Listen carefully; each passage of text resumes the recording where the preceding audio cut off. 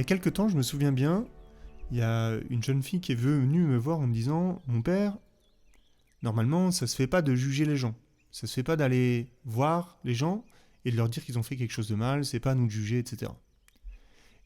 Je pense que je prends cette question parce que je crois que l'évangile d'aujourd'hui, elle répond un petit peu à cette question. Parce que Jésus, il parle de la correction fraternelle, c'est-à-dire de la façon dont on peut aller voir les personnes pour les remettre dans le droit chemin. Et il nous donne une sorte de processus avec plusieurs étapes pour aider l'Église à agir dans ce cas de figure. Et je crois qu'en regardant ce processus, on arrive à avoir trois conditions, on va dire, pour que l'on puisse faire un reproche à quelqu'un quelque part. Ça rejoint la question de cette jeune fille. Trois conditions pour qu'on puisse juger, mais vraiment de façon juste, quelqu'un. Alors la première condition, je crois, c'est que le reproche, le jugement, on pourrait dire, soit juste et vrai. C'est pas dit explicitement dans le texte de Jésus, dans son enseignement, mais c'est dit implicitement. Parce qu'on voit qu'il ne s'agit pas ici d'un jugement ou de la description d'une réaction réflexe ou complètement irréfléchie du gars qui s'énerve après avoir été blessé. Ici, au contraire, Jésus propose une démarche posée, faite avec recul, avec discernement, avec du temps, pour que le reproche il soit réel et justifié, vraiment juste, quoi. Et on comprend aussi par le fait que ce reproche éventuel, eh ben, il est potentiellement destiné à être partagé par deux ou trois autres frères, voire même par la communauté entière. Et donc on comprend que là, il faut vraiment que le jugement il soit affiné, il soit vrai, il soit juste. Parce que sinon, ces deux ou trois frères et la communauté en plus ne vont pas venir nous aider dans notre démarche. Donc ça montre ça, et puis ça le montre encore plus, on pourrait dire, parce que il ne s'agit pas simplement de se mettre d'accord entre hommes ici, comme s'il s'agissait simplement d'un processus destiné à je sais pas, des ressources humaines ou un processus d'entreprise. On comprend qu'ici c'est quelque chose de vraiment spirituel qui se joue. Parce que quand Dieu dit quand deux ou trois seront réunis, et qui demanderont à Dieu quelque chose, donc on pense aux deux ou trois témoins évidemment, et ce quelque chose c'est le discernement, eh bien Dieu le donnera. Et quand deux ou trois sont réunis dans le nom de Jésus, eh bien Jésus sera là au milieu d'eux. Et donc ce jugement que Jésus décrit ici, eh bien il est sous le regard de Dieu. Il s'agit d'adopter sur la personne qui a potentiellement fait une faute le regard de Jésus qui est juste, la façon de parler de Jésus qui est bien dosée.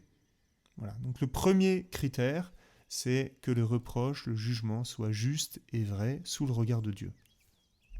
Le deuxième critère, c'est que ce jugement, il soit dit directement à la personne concernée. Alors là, on peut dire que moi, si vous êtes comme moi aussi, souvent, je fais l'inverse. C'est-à-dire que je pose un jugement parce que j'ai été blessé ou quelque chose, et ce jugement, je vais le dire à tout le monde, sauf à la personne concernée. Et je vais d'abord me plaindre à une personne, et puis après, si je continue à être énervé, à deux ou trois personnes, et puis peut-être même à l'église entière, on verra. Mais en tout cas, on voit que je fais l'inverse que ce que Jésus demande ici.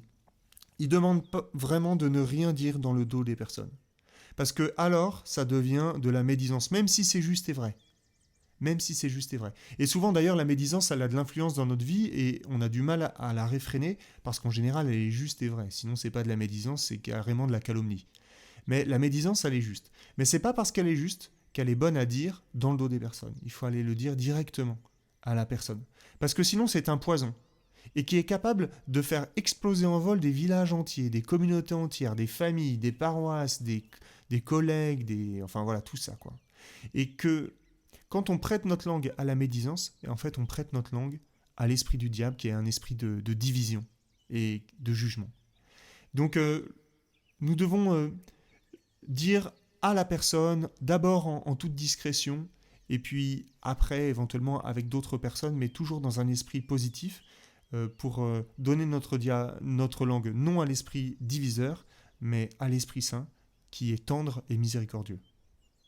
Et puis le troisième critère, pour pouvoir juger, on pourrait dire, c'est que ce jugement, il soit motivé par la charité, par l'amour.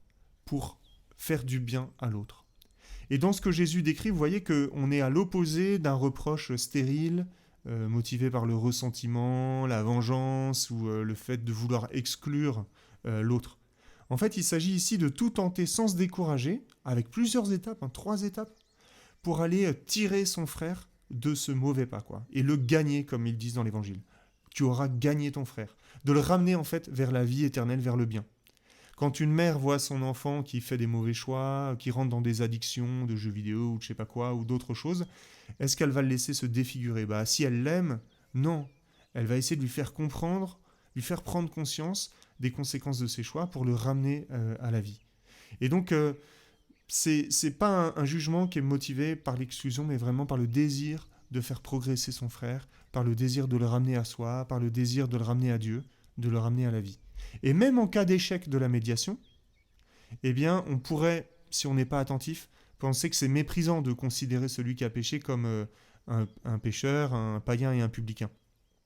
Mais en fait, il ne s'agit pas de mépriser. Il s'agit d'avoir sur lui le même regard que Jésus a sur les païens et les publicains. C'est-à-dire que quand Jésus voit un païen et un publicain, en fait, il donne sa vie pour eux. Et il les confie à la miséricorde de Dieu. Et donc même jusqu'au bout, il ne s'agit pas de vouloir le mal ou l'exclusion, il s'agit toujours de le confier à Dieu, de vouloir aussi le bien pour lui. Voilà, alors en résumé, du coup, avec cet évangile, on a 3 conditions pour pouvoir juger, entre guillemets, nos frères et sœurs. La première chose, c'est que ce reproche soit vraiment juste, vrai, bien discerné avec le Seigneur. La deuxième chose, c'est qu'il soit destiné à lui dire à lui seulement, et pas aux autres.